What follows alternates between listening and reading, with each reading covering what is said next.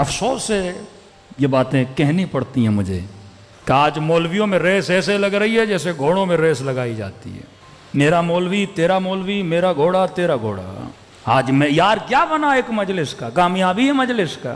آج لوگوں کی نگاہیں کس چیز پر ہیں کہ میرا بیٹا مجلس میں گیا کیا لے کر آیا؟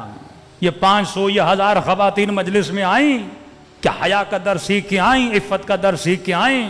اس راشی معاشرے میں، اس ظلم بھرے معاشرے میں، اس جبر و استبداد کے معاشرے میں ہم مجلس حسین سے اپنی نسل کو کہاں لے کر جا رہے ہیں؟ لیکن جب وہم غالب ہو جائے تو وہم کہتا ہے تیرا نام ہو تو بس سب کچھ ہے، تو کامیاب ہے۔ پھر انسان اولئک حبطت اعمالہم، خدا کہتا ہے قیامت کے دن آئیں گے اپنے اعمال لے کے، انرجی لگائی، پیسہ لگایا، سب کچھ کیا، لیکن اللہ کے لیے نہیں کیا، اپنے لیے کیا، اپنی میں کے لیے کیا، اپنے نام کے لیے کیا، وہ سارے اعمال کیا ہو جاتے ہیں؟ ضائع ہو جاتے ہیں۔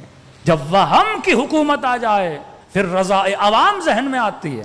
جب عقل کی حکومت آئے تو بندہ کہتا ہے لوگ راضی ہوں یا نہ ہوں، بس میرا خدا کیا ہو جائے؟ راضی ہو جائے۔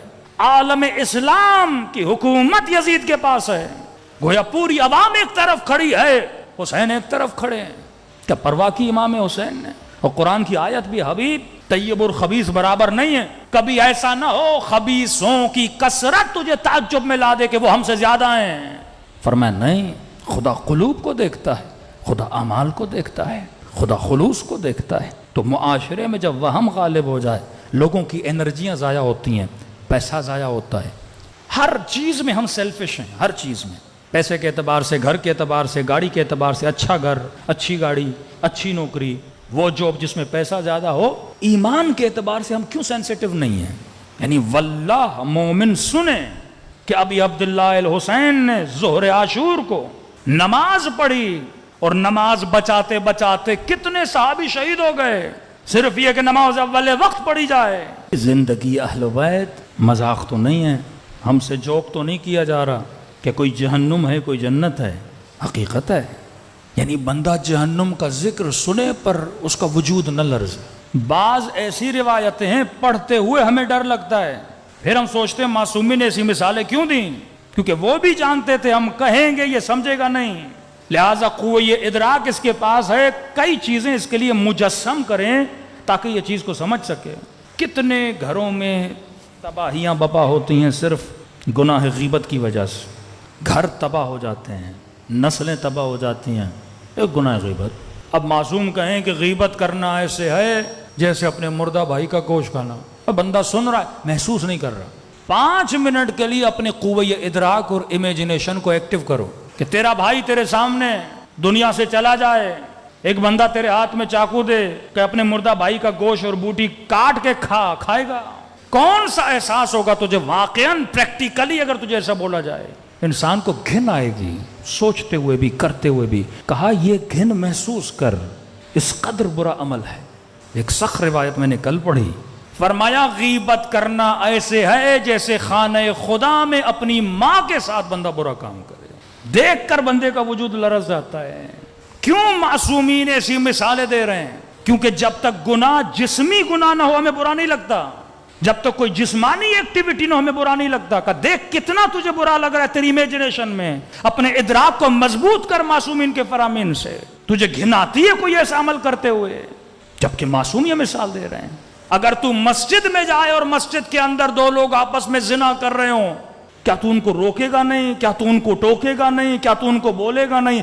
غیرت کی کتنی بھی کمی ہو بندہ کم از کم مسجد سے نکل جائے گا تاکہ وہ عمل نہ دیکھوں۔ اگر تو روک نہیں سکتا کم از کم جہاں پہ یہ ماحول ہے، جہاں پہ یہ چیز ہو رہی اٹھ کے چلا جا۔ پورا معاشرہ تباہ ہوتا ہے گناہ غیبت کی وجہ سے، بھائی بھائی میں لڑائی ہوتی ہے گناہ غیبت کی وجہ سے۔ لیکن بڑے مزے سے خواتین، یعنی کتنے ہم گناہوں کو، یہ نہیں ہو سکتا کہ انسان ایک طرف مجلس امام حسین سنے، دوسری طرف جا کے اتنا قوی ترین گناہ کرے، یہ تو غیبت ہے۔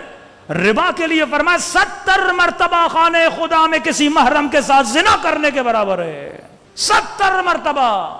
پہلے کہا جنگ با خدا ہے، اللہ کے ساتھ لڑائی ہے، جنگ کرنے کے مثال کے مانند ہے۔ اب بندے کا ذہن ہے نا، اس کو جنگ سمجھ میں نہیں آتی، اس کو کوئی انسان چاہیے ہاتھ میں تلواروں سے قتل کرے۔ اللہ نے کہا شاید اس کے سمجھ میں نہ آئے، پریکٹیکلی میرے وجود کو جسم کی صورت میں نہیں سوچ سکتا۔ پھر کہا میں یہ مثال دے رہا ہوں کیونکہ جسمی گناہ تیرے لیے بہت بڑی اہمیت اور ارزش رکھتا ہے، کہ اس گناہ کے برابر ہے، اس قدر تیرے اندر گھن آنی چاہیے اس گناہ کی۔ لیکن اسی مسجد میں نماز پڑھے، مومن کے ساتھ مصافحہ کرے، فوراً شروع ہو جائے کسی مومن کی برائی کے، اور بولو کہ بھائی برائی نہ کرو۔ نہیں مولانا میں سچ بول رہا ہوں، بندے خدا اگر جھوٹ ہوتا تو تہمت ہوتی۔ غیبت سچ کا نام ہے، جھوٹ کا نام نہیں ہے۔ واقعاً اس کے اندر وہ برائی اور تو لوگوں کو بتا رہا ہے، یہ غیبت ہے۔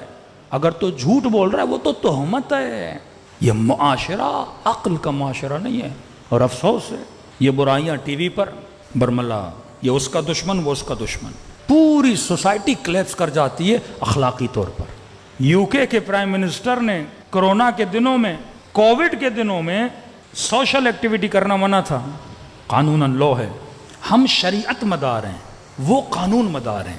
اگر شریعت مدار ہم صحیح رہیں تو ان سے بھی ترقی کر لیں، وہ قانون مدار ہے۔ ہمارے ہاں اس وقت بالفعل نہ شریعت کی سنی جا رہی ہے نہ قانون کی سنی جا رہی ہے۔ اب سوچئے معاشرہ کہاں جائے گا؟ شریعت کی نہیں سنی جا رہی مطلب دیندار معاشرہ نہیں، قانون کی نہیں سنی جا رہی مطلب سویلائز معاشرہ نہیں ہے، متمدن معاشرہ نہیں ہے، مدنی قوانین کی جو باتیں نہیں سن رہا۔ قانون پاس ہوا، سوشل ایکٹیویٹی قانون ہے، اب قانون جب بنایا گیا تو قانون پہ عمل کرنا ہے، جو عمل نہیں کرتے ان کو سزا دی جاتی ہے۔ پرائم منسٹر آف یو کے اپنے گھر میں اپنے دوستوں کے ساتھ اس نے گیدرنگ رکھی، کسی نے کیمرے پہ ریکارڈ کر لیا۔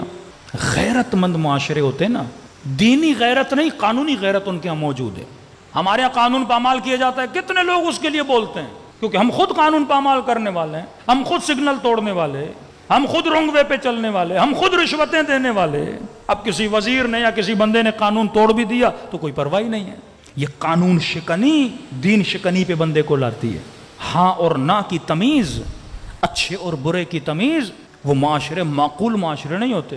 پرائم منسٹر آف یو کے قانون اس نے توڑا کہ اس نے کووڈ کے دنوں میں سوشل ایکٹیویٹی نہیں کرنی تو اس نے کی، اور لوگوں نے شور مچایا۔ صرف اس قانون توڑنے کی وجہ سے اس بندے نے کیا کیا؟ ریزائن کر دیا۔ اور ہمارے ہاں پورے پڑوس کا گھر بھی بندہ ہڑپ کر جائے تو اسے شرم تک نہیں آتی۔ یہ عاقلانہ معاشرے نہیں ہے۔ اب اس معاشرے میں رہتے ہوئے میں نے اپنے گھر کو عاقلانہ بنانا ہے، میں نے اپنی بچی کو، میں نے اپنے بچے کو بتانا ہے، اگر زندگی بچانا چاہتے ہو، اگر آخرت بچانا چاہتے ہو، یہ وہ عقل کی لکیر ہے جو اہل بیت نے کھینچی۔ غیبت لشکر جہل ہے، حسد لشکر جہل ہے، جہالت انسان کی دنیا بھی تباہ کرتی ہے، آخرت بھی تباہ کرتی ہے۔ لیکن اگر عقل کی حکومت ہوگی، ہماری نسلیں عقل کی سن کر فیصلہ لیں گی، تو دنیا بھی آباد ہوگی، آخرت بھی آباد ہوگی۔